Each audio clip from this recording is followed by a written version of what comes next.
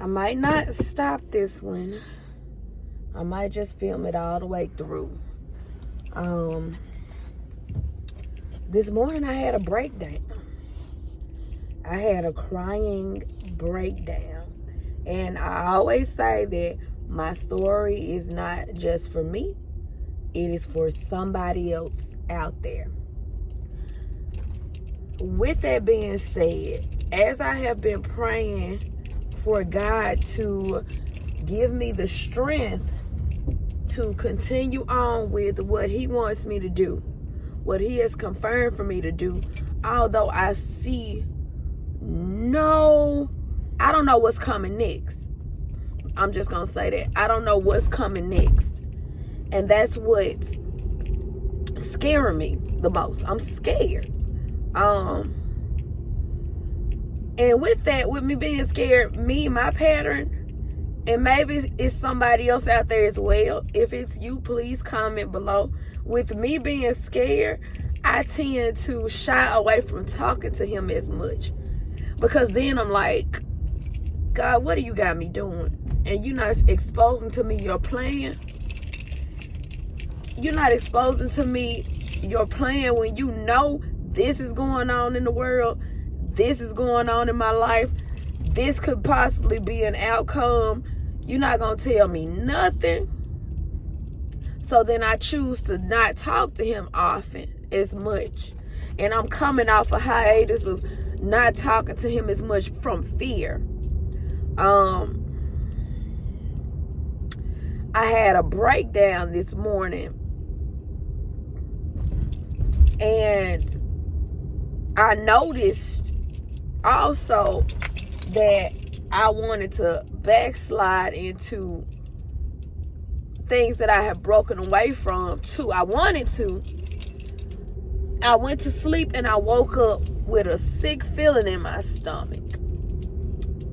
God is not going to let you backslide. When He got you, He got you. And when He is telling you to do something, this is me ministering to myself. This is me, like, I'm going to look at this video for my inspiration. When God is telling you to do something, push through, because in the end, it is going to all make sense. I'm in the pushing through phase.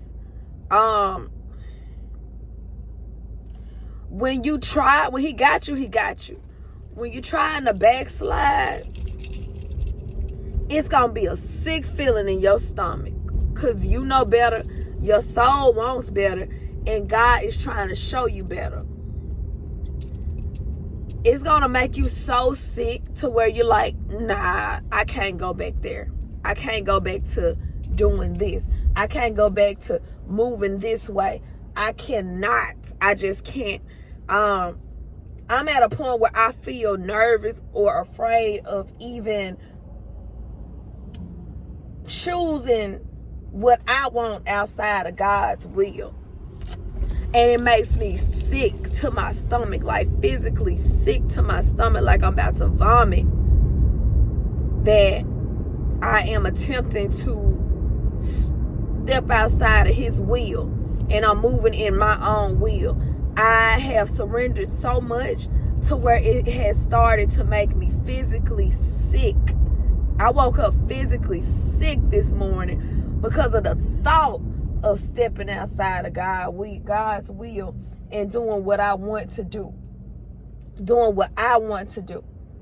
Doing what I'm choosing to do. It made me physically sick.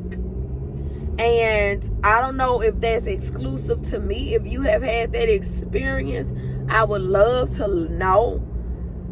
But that's what made me cry too. Because then it's like, God, don't let me get into the pattern of choosing my will for my life. I've done that. And it's at a point where it's detrimental that I choose your will for my life. I refuse to live my life under my own will.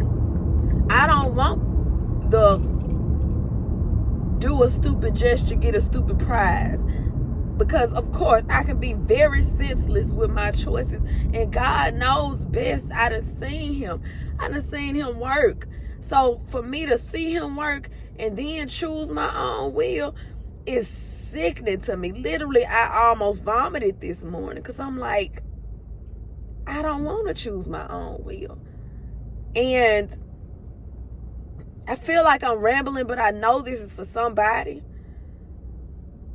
It don't matter how long you pull away.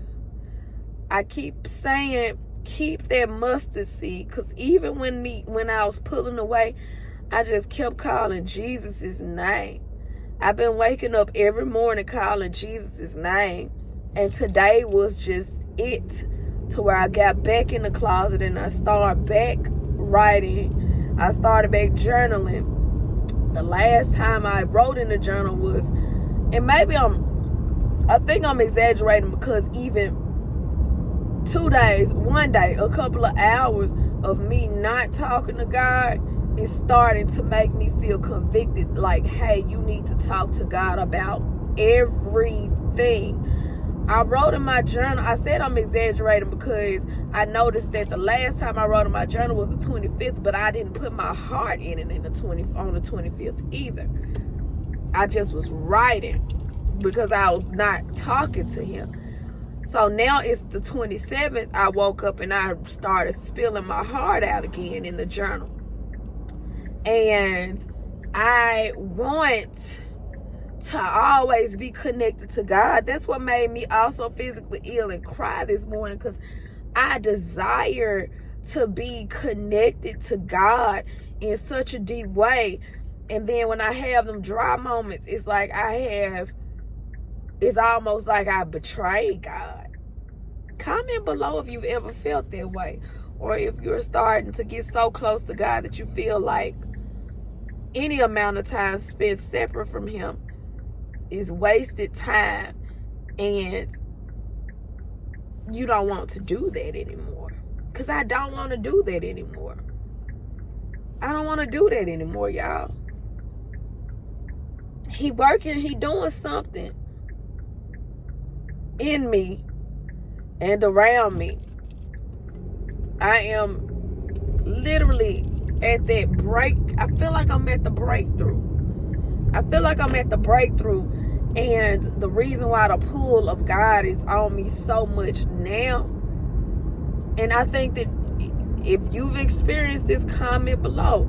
The reason why the pull is so important now, because every move, every communication, every dream, every message, everything that he sends your way, everything, the subtle and not so subtle, it all means something. It all happens for some kind of reason, and it's not by chance.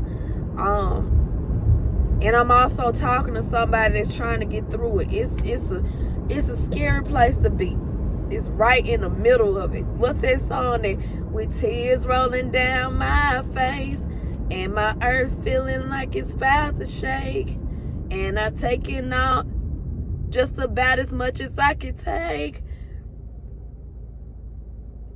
That I'ma praise him anyway in the middle of it.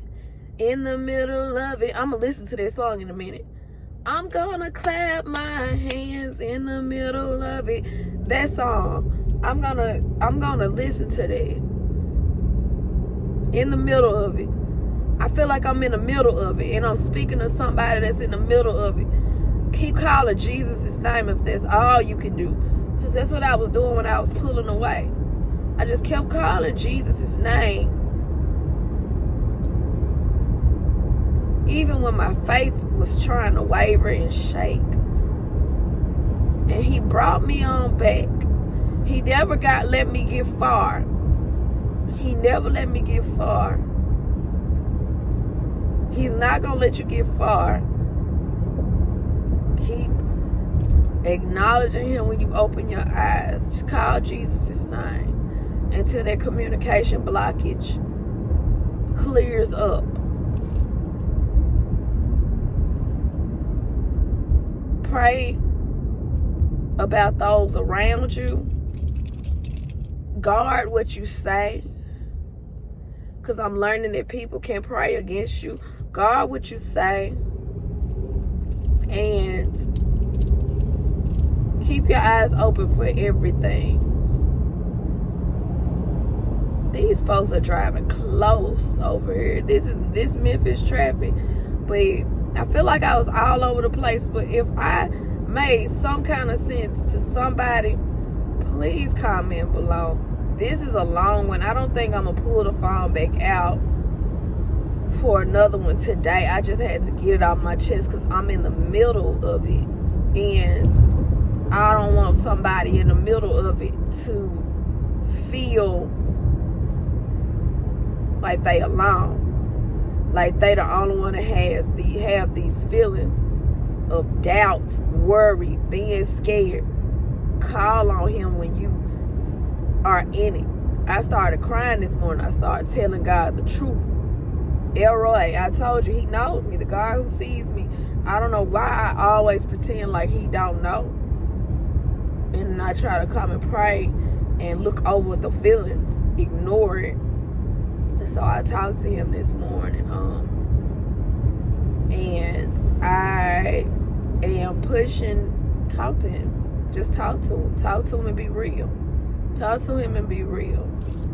I'm gonna see y'all back in another video.